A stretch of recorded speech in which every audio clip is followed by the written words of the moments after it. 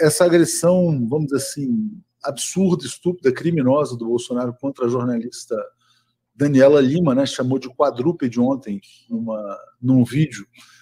Isso foi filmado. Na semana anterior, um jornalista da CNN também foi quase linchado, né, naquele passeio de moto do Bolsonaro no Rio de Janeiro. E a postura desses veículos de comunicação muito tímida, né? Põe lá uma nota de repúdio, uma coisa... Como é que você viu esse caso da Daniela Lima? Eu acho que é importante para a liberdade de expressão, enfim, um tema a ser debatido também. Eu acho que isso tem que ser discutido de forma ampla, né? Primeiro, minha solidariedade irrestrita a Daniela Lima, ponto. Eu não consigo imaginar num país democrático, né, onde um presidente da República chama uma jornalista de quadrúpede. Porém, ela é da mesma emissora onde o Alexandre Garcia deve ganhar lá um salário estratosférico para fazer comentários negacionistas, preconceituosos, bolsonaristas e que que referendam esse tipo de atitude do presidente da República. O Alexandre Garcia não ganha R$2.000 por mês, nem 3 mil. Ele ganha de 50, 60, 100 mil por mês ou mais. Fora isso, é da mesma televisão que leva o Osmar Terra para defender a cloroquina e dizer que morreu 800 pessoas. E os jornalistas escutam e deixam ele falar. É da mesma televisão que ontem a jornalista Basília Rodrigues, que é até uma pessoa que eu nutri admiração, vai fazer ponderações dizendo que no Twitter, dizendo que o Otto Alencar foi machista, que onde já se viu tratar daquela forma uma pessoa que foi como cientista convocada para dar opiniões.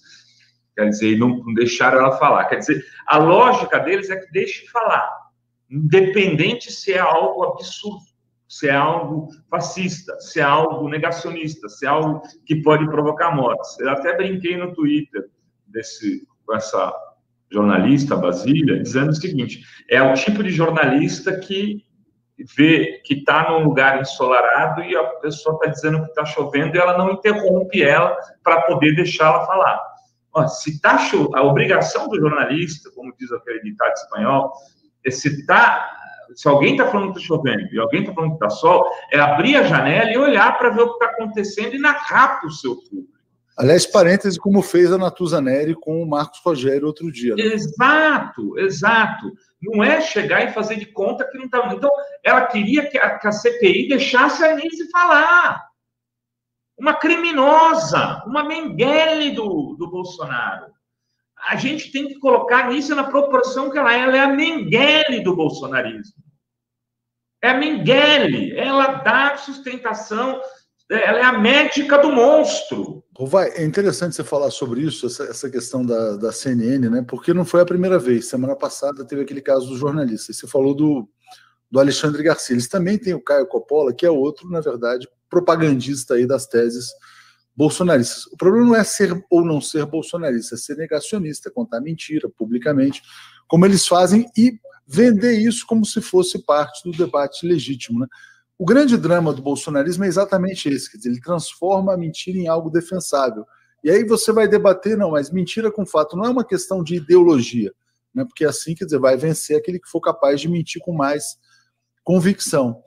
Por acaso, Rovai, eu conheço o dono da CNN, que é o Rubens Menin. Né? Eu morei entre 1997 e 2001 em Belo Horizonte, e eu conheci ele, o dono da MRV, enfim, fui lá como empresário, fiz matérias, era editor de economia do jornal, e acompanho bem a trajetória dele. Quando ele virou bilionário, eu trabalhava na revista Isto é Dinheiro, eu fiz a matéria de capa com ele, então conheço bem e tal, sempre tive uma relação saudável e tal. O que aconteceu? Aí hoje eu fiquei, eu botei um tweet assim normal, não foi um tweet agressivo contra ele. Eu falei assim, olha, toda a solidariedade à Daniela Lima e toda a cobrança ao Rubens Menin. Né? O cara não pode ignorar que uma jornalista dele está sendo ameaçada. Né? Isso pode virar violência física, do jeito que o Bolsonaro faz, com aquele riso nervoso lá, dizendo que alguém é uma quadrúpede. Bom, ela pode estar andando na rua e pode ser agredida por um bolsonarista. Aí a CNN solta uma nota de repúdio. A Daniela falou, ela foi ao Twitter e falou, não sei se é uma ameaça de morte ou uma ameaça contra a democracia, não passará. Tomara que não passe, mas a gente não sabe, né? É possível que alguém seja agredido por um bolsonarista nesses tempos ali. Então eu quis dizer o seguinte, quer dizer, que o cara que é o editor, o chamado publisher, ele tem uma responsabilidade. O fato é, o Rubens Menin, ele alimentou esse fascismo brasileiro ao dar abrigo a Caio Coppola, Alexandre Garcia, esses caras todos que saíram apagando vídeos sobre tratamento precoce. Alexandre Garcia apagou um monte, Leda Nagli apagou um monte também, né? Não é que o Rubens Menin me manda um WhatsApp dizendo, poxa, vindo de você, não falava com ele há anos, né?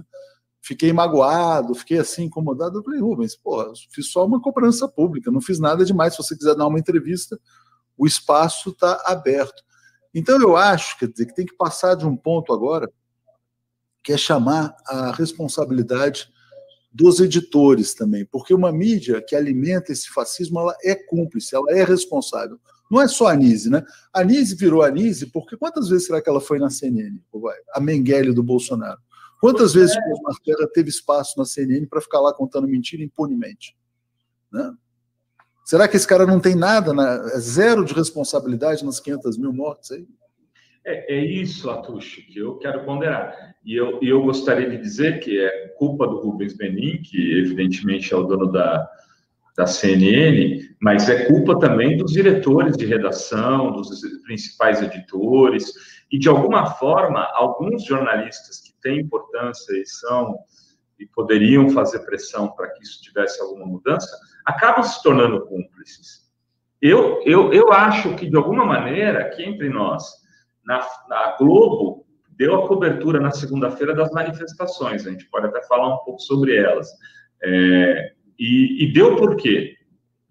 Deu porque houve um incômodo dentro das organizações Globo e houve uma cobrança interna e algumas cobranças externas dos jornalistas que estavam lá, porque falaram, pô, não dá, colunistas, pessoas importantes, né? E no caso da CNN, eu não vi isso acontecer. Parece que está todo mundo ali, mas, sabe, com medo de provocar. Então, assim, você precisa, numa situação dessa, você tem que ter condições para ser um jornalista independente de poder dizer aquilo que você pensa, minimamente. Por exemplo, eu não estou dizendo para ser agressivo, eu estou dizendo fazê-lo de maneira comedida, mas não deixar de fazê-lo. Eu vi aquela menina, Aline da Globo News, Aline Mejeff, ela fez uma cobrança pública, sabe, delicadamente sobre a questão da capa do Globo. Ela trabalha na Globo News. Fez muito bem. Não deixou de fazer, corajosa.